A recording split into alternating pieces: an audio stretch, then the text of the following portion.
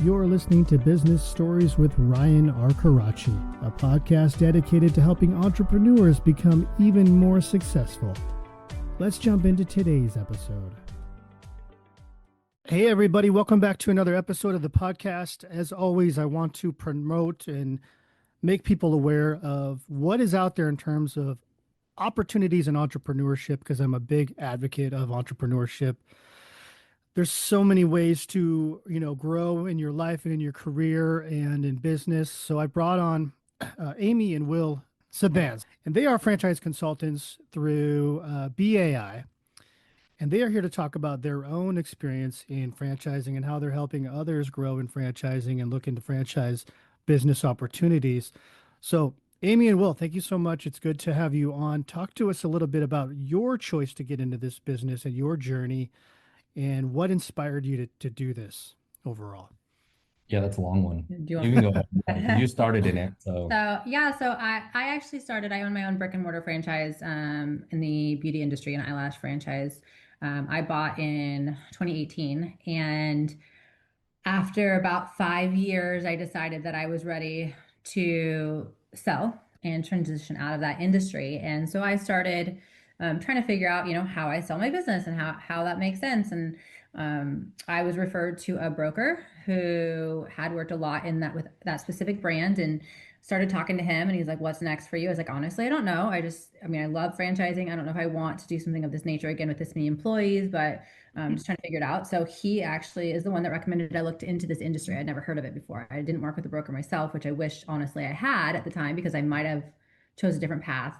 And so I did my research, and I started doing both for a while. And after hiring a broker to try and sell my business, after the initial term of the year came up, I decided that I probably could do it a little better. So I ended up selling my own location without a broker, and going through the ins and outs of, how all the due diligence and the LOIs and the, you know, SBA loans and everything that is associated around that, purchase agreements, lawyers, all that fun stuff. So I got a firsthand look on not only, at that point helping people buy businesses, but then also being able to turn around and sell it for a profit. And so now I've been doing this full time, and really focusing on helping others. What I love about it is just the fact that there are so many things out there that people don't know about. People think of the big giants out there, but they don't realize these smaller opportunities, home-based businesses, things that you don't have to have a ton of capital. You do have to have some, but a ton of capital to get started. And it could create a really great opportunity for you to be more present with your family, and, just avoid that 9 to 5 burnout or possible layoffs and things like that. So that's kind of my story of how I got into it. I love helping others and the flexibility that it provides to just, be present. We have 2 young children, one very young, going to be 1 next month, and our other one's going to be 3 in August. So, it allows us to be very present parents while helping others and determining their next steps. Right. So I want to ask you, there's a lot of misconceptions I think people have, or barriers to entry. They think I can't afford it. I'm not a fit for it. It's not right for me. I'm scared of doing this. We talk about those misconceptions? What do you hear most often, and how do you approach overcoming that, or responding to those challenges people face out there with this idea of growing a business or running a business on your own? Yeah. So I think that now, first of all, we have people that come in and say, "I want to finance 100%, or I want a grant, or I want something like that." That's not feasible. You do Yeah. have to put some liquid down. However, there is opportunities, especially in home-based businesses, where there's a lot of, home services, senior care, child care, restoration, things like that, property management, where you can get in, with capital, I would say starting at around 40,000 is kind of that sweet spot of and above. Mhm. And as long as you have a decent credit score over 685, you can finance the rest. So it isn't going to take your entire life savings to get a business up and running. And some of those actually can be just as profitable, if not more profitable, and a quicker ROI than some of these huge conglomerates that you're having to $1 million build out on a facility. So yeah, there is a lot of opportunity out there. And to kind of go back to your point of how he got involved, I don't know if you want to speak on that. Yeah. Yeah, just super quick. I was in the military, got out, and then moved back to open my own business. So more of a licensee program, but very similar to a franchise. Met her during her build out, and so we kind of operated our businesses side by side. And then mine got taken out by COVID, so I went on a whole career journey. Onto what to do. And then she ended up getting into this when I had a W-2 job. The W-2 job, I got laid off from my W-2 job. I always had interest in what she was doing. And so I kind of was like, hey, like this is the perfect opportunity. Let's go full force. And it's been great in terms of that. But Yeah.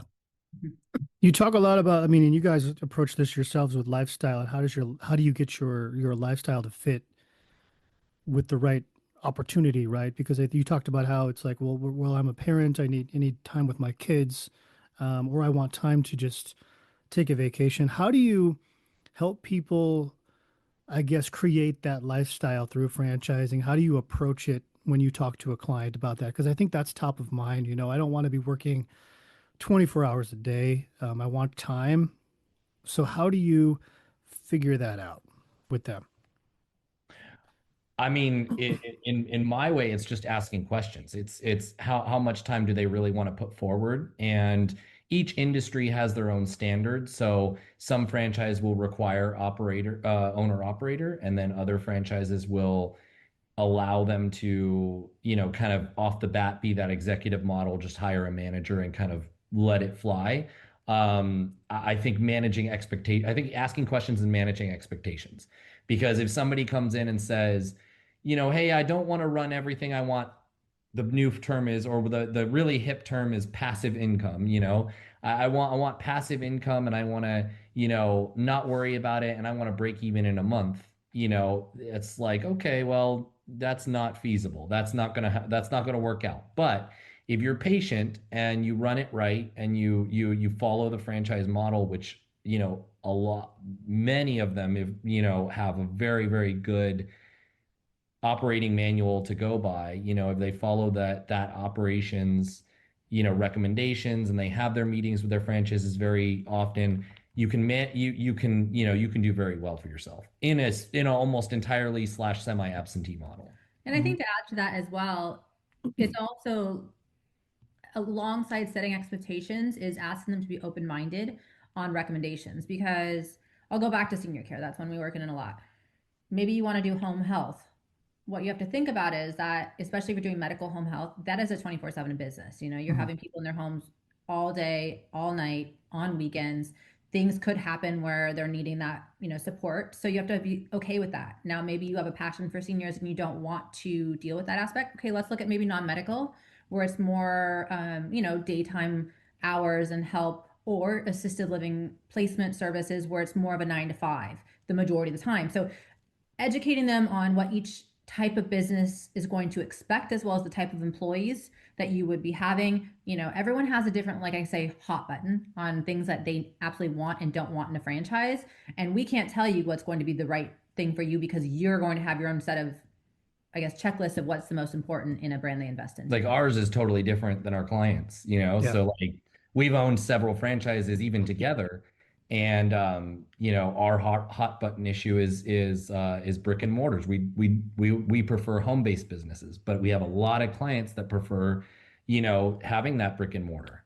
Yeah. And so there's a ton of different things. So listening is the key to, I would say, any sales position, but listening and asking questions and then just doing what honorably and morally fits your client is Yeah. is another, the other aspect, not just looking at, oh, hey, how much commission do I make with this one? How much? No, it's Right. it's okay, what do they want? How does it fit the whole overall? Yeah. One thing I want to ask you too is like outside of just their work or what they're doing, what you're doing with your life now, like what are the characteristics you see generally from successful entrepreneurs? Because I talk to people that are entrepreneurs all the time and I kind of see a common sort of I see common traits, right? I see certain personality traits that really fit those that are being more successful. And I think you guys probably have some of those too. What do you think if someone's listening to this going, am I really that person? Can I be that person? What do you think are the traits we should look at within ourselves to say, yeah, I could be a business owner. I could be an entrepreneur. Maybe I'm not fitting in this world of, my W-9 or what, or W-2 or whatever, right? So what are those traits? What do you think are really the key factors to look at if you look deep inside yourself for this? I have mine, but you can go ahead. Well, I would say somebody that can be okay with following a model and not trying to reinvent the wheel, Mhm. or cut corners or cut costs in that aspect. There is a reason why, for example, there's a pretty big marketing budget typically involved in a grand opening to get your name out there. Um, Self-motivated is important. There's no one that's going to tell you to get your job done. So you want to make sure that you are motivated for success. Hard worker, people person is extremely important. Just not only just customer service oriented, but also being able to manage employees and create a good work environment. And time management is probably extremely important as well, or some of the things that I would look at. If you think, people always say, as you already mentioned, I don't have experience. I don't know that industry, so that scares me. Yeah. Understanding that skills that they probably already have from their career, whether it's HR background or IT or customer service, sales, whatever it is, a lot of those skills revolve around people, Yeah. revolve around customer service, revolve around just being approachable. That is a Right. very transferable skill to almost any business that you're going to operate. And if maybe you aren't a people person, that's okay. Maybe we need to look at something that it's more behind the scenes and you're having technical individuals going into homes, or those home services that you don't necessarily have to be that client facing operator. Yeah. Those are great. My biggest one is being comfortable with being uncomfortable. Yeah. Yeah. That you're about to take a step into risking a lot. You've probably worked years, upon years to save up a pile of money that you're about to risk on yourself, and that's uncomfortable. And that's okay. That's okay if you're scared. That's okay if you are, second guessing it. That's okay. But when you say like, hey, I'm going to bet on myself, I'm going to do it, you find a certain peace to say, okay, like, also be very comfortable with learning. A lot of the most successful entrepreneurs on the planet have failed not once, twice, three times, multiple different times. And they've, some of them have gone broke and then built back up. And so it's a very, you just have to try things in order to find your niche. Mhm. Now it's also very, very okay to understand who you are and say, I'm very comfortable with drawing my monthly W-2, yeah, and this is what I'm comfortable doing. But if you want to determine whether you're an entrepreneur, you have to be okay with being uncomfortable. Yeah. Can you share any stories of like personal stories where you've kind of had to face that yourselves and kind As of far what as you, ourselves or a yeah, client? yourselves, where you've had to be in that position where you're just like sitting in that uncomfortable moment, but how do you drive yourself out of it? What's sort of the self-talk there for you, would you I think say? we've both gone through that, to be honest. I mean, Different times and yeah, together, to be Yeah. honest. when I invested in my initial franchise, it was a very large investment. I, had to get a very big SBA loan and put a lot of my personal cash down. And at the time, we weren't married. In fact, we didn't even know each other when I originally started this process. Yeah. So I knew, I had a pretty comfortable salary in my career, and I knew that I was, as we say, risk everything. I had to bet on myself. And if I fail, I might go bankrupt. I might lose everything I've ever saved, everything. I didn't have someone there to bail me out. And so I just decided, okay, well, I'm going to trust in myself and how I can do something. And it doesn't mean that all of the franchise owners in my network did well. In fact, some did very terribly, but it was typically just I could see the traits, as you mentioned, as to why they weren't successful. And I thankfully was one of the most profitable in all of California. And I equate that to how I ran and operated my business. I put my blood, sweat, and tears into it. I grew it. I found my team, and then I slowly stepped back to where I wasn't in there daily. I wasn't in there even weekly at times. I had that trust and I had that open communication with the individuals in there. So thank God it did work out for me, and I was able to build a successful business and sell for a very strong profit. But it is still scary because let's talk about COVID, right? Like COVID shut us down. I had a My 65. business went under. So His that went was under my full own, time. so COVID put, because mine was in the fitness industry, and during COVID, that just flatlined. So, Yeah. um, you know, that was my own uncomfortable. And I had to figure out how to build back after that. And then we ended up marrying during that time. And, and But then, it was still scary because, yeah. I was paying rent, a very big rent. We were closed for 6 months straight, no revenue, and then we were allowed to open up outside. And I had employees never come back to work. So it's a lot of stress. You have to just kind of keep that faith, like you mentioned, and just weather the storm. There are going to be months that, we went negative and it was very stressful. And we just have to keep pushing and keep putting the money towards marketing and bringing people back in and creating the experience to where you go back into the good times. Yeah. And I would say in that whole process, you sidestepped really well every time. It was a jump and sidestep, figuring out how to make it work. And then together, we've had scary times where doing this business, where we've had very slow periods. And there in this business, there's High highs, months lows. months of not getting anything, and then you finally hit a couple good rounds, but you just have to have a lot of emotional stability with that, and find other maybe potential revenue sources, investing, different things like that, to where you have multiple different ones where you can rely on Yeah. versus. Yeah. Are there any particular success stories with clients you've worked with? Obviously, you can keep names and everything confidential, but is there any stories of people you've worked with that really stand out to you, that really exemplify, someone who's really taken themselves out of that role, gotten a little uncomfortable, but then thrived from that decision to get into business ownership? And it was just fulfilling for you to see that. Is there anything that stands out for you Yeah, I for mean, that? I had one client who, God, I must have talked to her for 2 years before she actually, went forward. And Yeah. it was bringing me on. She's like, well, what do you think about this, Amy? I'm like, hey, like, this is the business model. She's like, okay, I'll think about it.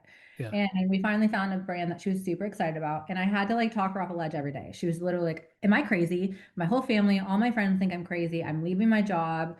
She was not married. So she was one income household, had Yeah. children, and she's just like, I don't know what I'm doing. I don't know if I think that, like, is this the wrong fit? And so I just kept having to tell her, look, I can't tell you what to do, obviously, but Yeah. do you trust yourself? Do you trust that you are going to work harder than anybody around you to make this successful? If you do, go for it. If you're not comfortable in that area, don't. You have to decide that. And so even on the day that she sent the funds, she's like, okay, I wired the money. Oh my gosh, I can't believe I'm doing this. And now she's loving her business. She's loving the freedom. She's loving the flexibility, not being married to that 9 to 5 job. And so it really goes back to, you've got to bet on yourself. And if you're comfortable betting on yourself, it'll be great. Yeah. It seems like too, I mean, and we all kind of grow up in this situation where we are expected to, like, go to school, go to college and work until we retire. And when anybody tries to deviate from that, it's always like, your parents or your friends or your family who says, well, you're nuts. You're nuts to think about wanting to own a business, but if we look at historically, people that have run businesses have often built, generational wealth and been successful. Yet there's still this stigma around it in society that, it's crazy to do that. It's crazy to, Yeah. you're whatever you are. You do your job. You're not a business owner. So how do we overcome that? Like, how do you guys, handle those naysayers or whatever you want to call it, those negative people out there that say, like you just said, somebody told her she's crazy. What are you doing? You have work, you're quitting your job to do this. What do you have to say to that? Because it seems like that air is out there. You know what I'm saying? I've always loved going against societal norms. I've Yeah. always loved going against what everyone, The expectation. thought, yeah, the expectations of Yeah. everything, and it's fun for me to do that. Yeah. So kind of be that antagonist in a way, like just different from everybody. And so that's benefited a lot because I don't really let the other people, like a lot of people who are in the military who listen to your podcast will probably relate. When you're getting out of the military, everyone in the military says you're not going to do anything. You're going to, they try and discourage you from leaving the military. It's a, you're not going to make anything of yourself. You're not in the civilian world. You should just stay in. You should do that. And that was always fuel for me. So it was, they knew I was getting out. Okay, no, that's not our norm. You stay Yeah. in. You Yeah. stay in, you draw the paycheck, you draw retirement at 20. Yeah. Well, I think Yeah. you can just tell them also prove them wrong. I mean, when I invested in my business, my parents thought I was crazy. They both, like you said, had worked at the same job for Yeah. entire career. They retired with a pension. They just don't, they're not risk takers.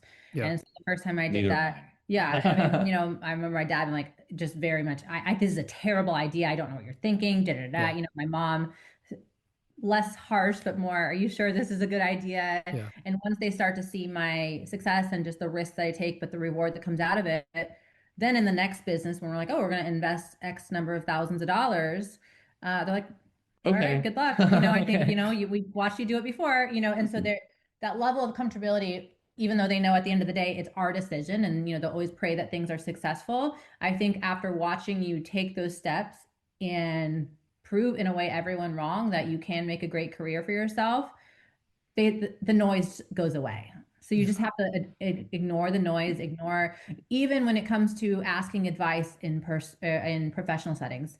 The number one thing people always say is, "Oh, I'm going to ask my financial advisor." Financial advisors are against franchising the majority of the time. Mhm. So they're telling you things because they want you to invest money in the stocks. They want you to invest money in that benefits them. They're looking at the fees associated with franchising and saying this is not the right fit for you. So they have to take a objective viewpoint of everything and not listening to people that might have an ulterior motive to say, is this going to be the right fit for me? Because I'm doing my own research and I feel confident in this decision. I love stock investing. So don't But Yeah. not that I'm just she's getting saying, down on it. I love Yeah. I love the stock market. I'm just saying So for financial advisors, no, I I got you. should be Yeah, yeah. managing No, those. I get it. I love it too. Like Will, you come from a military background, and I feel like some of those skills kind of transfer into entrepreneurship. There's Mhm. discipline, there's structure. What do you feel like? And I think a lot of veterans too make great entrepreneurs and make great franchisees too. What are some what do you advise for people who are like coming from that world, but also what kind of skills transfer do you think best from that environment? Let's see. I mean, I think like you said, there's a certain level. Well, there's a certain level of intestinal fortitude that comes from being in the military.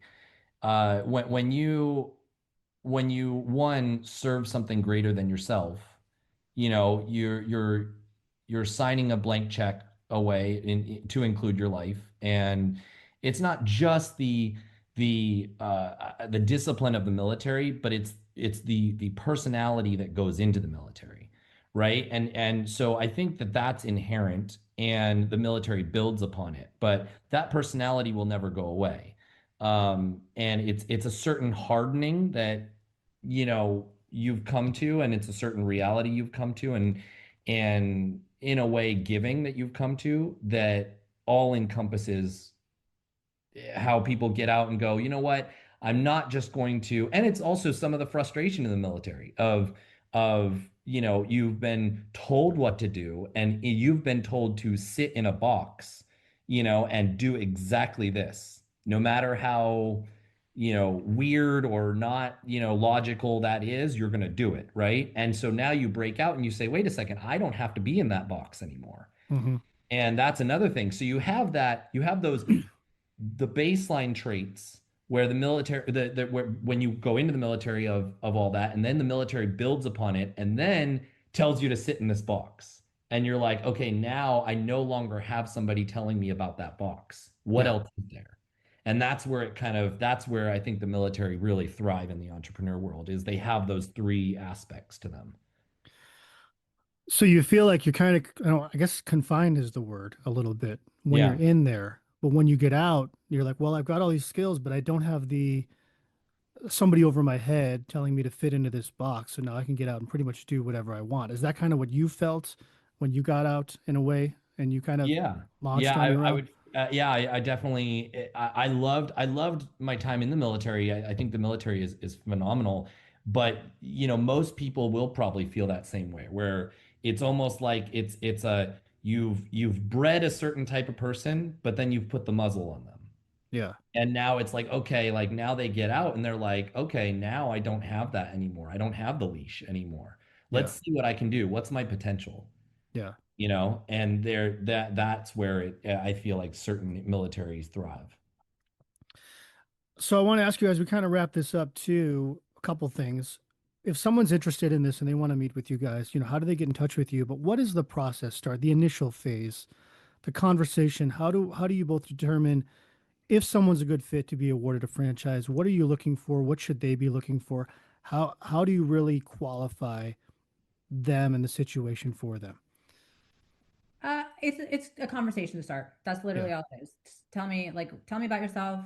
What have you been doing? What interests you in doing a franchise next? What type of industries? We just start to get to know somebody, find out their why, find out, We're the matchmakers. yeah. Yeah. So we're gonna find out what your hot buttons are. We're gonna figure out where you want to be, what was your background, all that kind of stuff, so that we can come back to you and say, here's the brands that we think work phenomenally for you. Yeah. And then that's where that connection happens. Yeah. We do need to know about your finances just so that we're making sure that we're putting you in the right direction. So Yeah. when we ask questions like what is your net worth or how much cash do you have to invest, we don't care. It's more of every franchise has their own requirements. So we want to make sure that we're not wasting anybody's time putting you in front of somebody that you just financially it's not a good fit. Right. So just really the more that we can learn about the person, the more that they're looking for. Are you willing to give full time? Is it going to be something where you have your job still in the beginning? Is it something that you have family that you're wanting to get involved with? Are you looking to finance? Have you looked into financing? Yeah. What is your credit score? That way we have all of these pieces of the puzzle to say, okay, based on what you're telling me, we do have some great opportunities. The more open they are, the better we can match them. So Yeah. once we have that initial conversation, we go back to the drawing board and determine some brands that are available in their markets.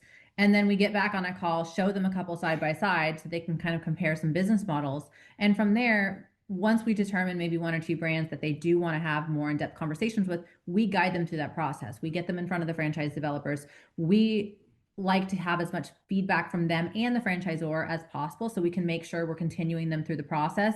And I always say, if something's not a good fit, that's fine. Just let us know, and we can kind of guide you a different direction based on whatever the concern or the quote unquote not good fit is for them. Yeah. So the more open and communicative throughout the process they are, the better we can support them to get them across the finish line. Yeah. No, I love that. So I want to segue to what you do in your business and the technology, that you use to be successful and really engage people and provide them the help that you do. Obviously, you're with BAI. BAI is a partner with Client Tether. You guys use Client Tether. You work with some of our lead gen partners. Can you share a little bit about your experience with, why you kind of gravitated towards us, what that experience has been like, and how you felt the system has really enabled your growth there? Yeah, that's cool. I had used a different CRM platform before Client Tether, and it was just very manual. And so it was very time consuming. I had to do every single follow up manually, set up every single conversation plan, email, everything I was doing. And it just took so much of my day. And what I appreciate about Client Tether is it's very automated for me. So I don't miss a follow up. Everything's set in there and I can edit it as needed. I can change the conversation plan that I have a client on based on where they're at in the process. We have so many great templates in there already for just helping with different processes in the place. So it allows us to spend our time where it's needed more than just doing a lot of the manual legwork of setting things up. And now the easy integration with AI that Client Tether is doing is going to make it even easier for us to really concentrate on the important stuff. Yeah. Yeah. Can you kind of walk us through like a situation where, the functionality really helped you expedite the process and get people in your pipeline and move them along? Can you kind of share a little bit of that story, like what you do with it to properly move those people through the pipeline and really enable, their process to get started and Yeah. moving? So when you start with somebody, we have an initial follow-up plan. Yeah. It'll automatically send, the immediate text messages for us so that we're not wasting time to schedule a call with them. Sends the automatic email. It'll tell us, okay, day 2 is here. We need to make a phone call. Day 4 is here. It's another text message. It's already set up in the system so that if we're not having success reaching somebody, it's just automatically moving you to the next step. If we do reach somebody, then it's when you can either, turn something off short time until we have a follow-up call, or switch them to the next plan of, hey, we're forwarding someone to a brand. Now we can change them to that The wording is follow-up, different. Yeah, the wording is different, and Yeah. and even further, some people can just get overwhelmed. Maybe they clicked on too many brands. They're overwhelmed with all of the calls. They just decide to just ignore it all. And what I appreciate about Client Tether is that once we've gone through our initial 2-week conversation plan, trying to get in touch with them, if we don't have success, it automatically goes to like a retention program. And I have had people where it's 6-9 months later, they're like, oh, thanks for following up, Amy. This is a better time, or can you answer these questions? And so I didn't have that structure in place before, where once I stopped following, I was like, okay, I guess I'll put a random follow-up in 6 months just to see if they're available, instead of just having monthly content that I can send out about franchising as a whole for the clients that we work with. Yeah. Yeah, that's great. Well, thank you both. This has been a great conversation. If people want to talk to you both about an opportunity or look into franchising, how do they best reach you both? Well, they can either, we have our website, which is sebenfranchiseconsulting.com. You can email us each at either amy@sebenfranchiseconsulting.com or wsebenfranchiseconsulting.com. No. wsebenfranchiseconsulting@gmail.com. Okay. And then phone number as well is 760-276-6600. So they can reach out anyway, LinkedIn, whatever's easiest, obviously. But we're pretty open to scheduling calls, and even if you just want to say, hey, I just don't know anything about franchising. I don't have a brand. I don't know if this is even a good fit. We're happy to pick up the phone and chat through to see if it's the right time, or we might even say, you know what, it's not the right time for you based on, your financial situation, credit score, things like that. Yeah. Why don't we set a plan of, I can put you in front of a lender that works with helping you build your equity and your credit score and things like that. And then let's reconnect in 6 months when it might be a better fit. Yeah, and I want to tell people too, like if you feel like you're not ready, or you're not sure if you're ready financially, or if you're not sure if you can do it financially, still talk to Amy or Will, because maybe now's not the time, but maybe in 6 months or a year might be the time. But don't just, if you have that itch or that idea, don't just dismiss it, because there's opportunities, there's ways to get you financing, there's ways to help you. So just don't dismiss that. So Amy and Will, thank you so much for coming on, and it's great to work with you and everybody there at BAI. I really appreciate this. Let's keep in touch, and thanks again for being on the show. Yeah, thank you. Good, thanks. Hey, this is Ryan with the Business Stories Podcast. And if you're a franchisor, franchise consultant, broker, or just a small business owner, you've got to check out clienttether.com. It's an amazing sales automation tool that is revolutionizing the industry. If you want to learn more, go to clienttether.com and inquire within.